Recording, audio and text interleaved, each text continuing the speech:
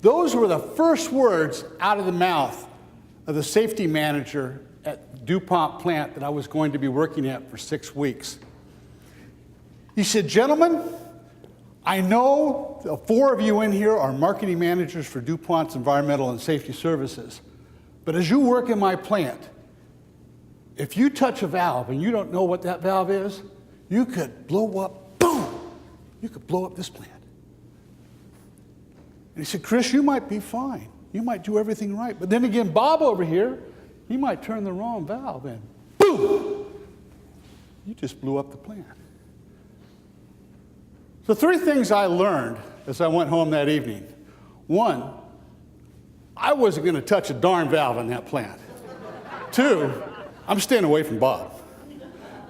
And 3, I'm increasing my life insurance. This was really going to come home and make a huge impression on me in a couple of years. I was at a plant selling the services of DuPont, both environmental and safety services, and I was with Alex. Now, Alex was a bear of a man, huge man, big booming voice.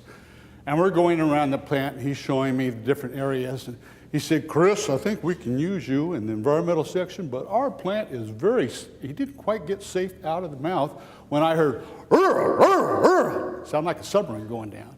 And it was a plant siren indicating that there was an emergency. So I looked at Alex and said, "Alex, what's going on?"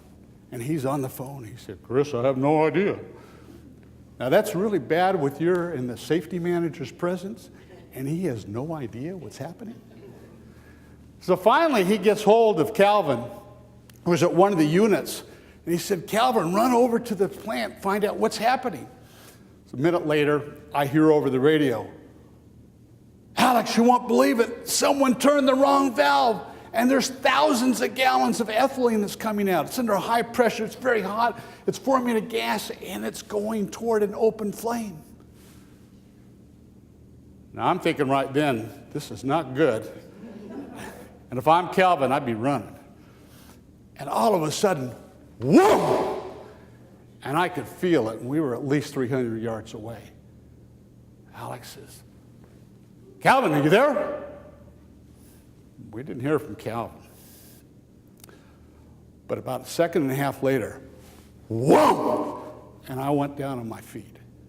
I was on the ground. It was unbelievable. The plant had virtually disappeared. 3 weeks later, I had a chance to visit with Calvin.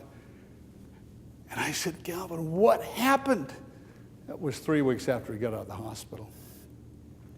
And he said, "Chris, it was unbelievable." He said, "I got over to this area of the plant and someone had turned an 8-inch valve they weren't supposed to. It wasn't locked and tagged out, and it allowed thousands of gallons of this volatile fluid to leak out, formed into a cloud." And he said, "I'm just standing there. I've been at the plant 18 years, and I know the cloud is going to hit the open flame in just a second. And my feet are stuck." Have you ever been stuck in life? You've seen something just terrible, and you're not moving? Well, he said, "I was stuck, and as soon as that first explosion hit, it was like the hand of God. The fire was coming back." And he said, I knew at that point the main plant was going to go. And he said, as fast as I could, I was running. I was running like the wind. Obviously, I wasn't running really fast because people were passing me. And then the explosion and the wave of that explosion threw me over 60 feet.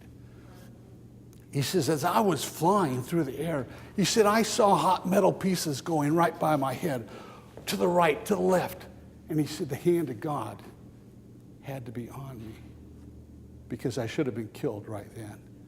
He said, I landed right in a trench about 3 feet below ground level in the mud. And he said, then the fire rolled over me. And he said, you can't believe this. He said, I could smell something burning. And then I realized it was me. He had lost all the skin on the back of his head and his hands. He had a fireproof Nomax suit on. That's the only thing that wasn't burnt. And I thought about that later. And the reason I've told you this story is a few months ago, I was at a gas station. Now, I'm not even going to ask you if you all fill up with gas yourself because the old Texaco stations are gone. The guys that used to come out when I was a kid, filled up the car, checked the oil, checked the tire pressure. Now we have to do it ourselves. So I'm at the gas station, I'm getting out of the car, and all of a sudden a red pickup's leaving. Maybe you've done this. I'm guilty. Had left the gas hookup in his car, in his truck, and ripped it off, and ripped the hose off. Well, this was an older station, and it didn't separate where it's supposed to. The gas came out of the top. The hose ripped off at the very top of the pump, and gas is going everywhere. And all of a sudden, I'm remembering this life experience I had just lived through, and thinking, oh my gosh, we could have an explosion. And I'm in the middle of it. So, as Calvin was for a second, my feet were kind of stuck, and then I realized, emergency shutoff. Look for the emergency shutoff. Always be aware of everything around you. So I'm looking, and I can't find the darn thing. I tell you, this was an older station. I finally, it seems like minutes, but it was probably about 30 or 40 seconds. I go inside, and I said, where is the emergency shutoff? And the guy kind of looks at me and said, well, sir, it's behind the counter here. I said, well, hit it. Call 911. Get a fire truck out here. We need to wash all this stuff down. And then I run outside, and there's 7 different pumps, and I go up to each car. I said, don't start your car. There's gas leaking. There's fumes all over the place. Could blow us up. Finally get to the 7th pump, and there's this just gorgeous lady. Just red hair, and she's got this beautiful lace outfit on. And she's talking to her girlfriend on the phone and just having a good time, and she's smoking a cigarette. Now, in my life experience, 4 times in my life, I have seen people smoke at a station. I've gone up to them all 4 times, and I said, would you please put out that cigarette? They did. But I didn't want to ask, and we'll call her the lady in lace, to put out her cigarette because she might throw it on the ground, and then boom! And I might be in worse shape than Calvin was in. I might be up at the pearly gates. So I ran right up to her. I took that cigarette out of her mouth. I crushed it in my hand. Instead of saying thank you. And I think I was saying a few things to her like, are you stupid? I mean, there's gas everywhere. And she gave me this look. And if looks could kill.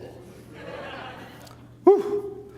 30 minutes later, as the fire truck washed off everything and we're ready to leave, the lady in lace is still over there, giving me that look. I figured it was one of 3 things. 1, she's in shock. 2, if looks could kill. 3, she feels really bad that she almost blew herself up and everyone else. I'm hoping it's 3, but I think it's 2.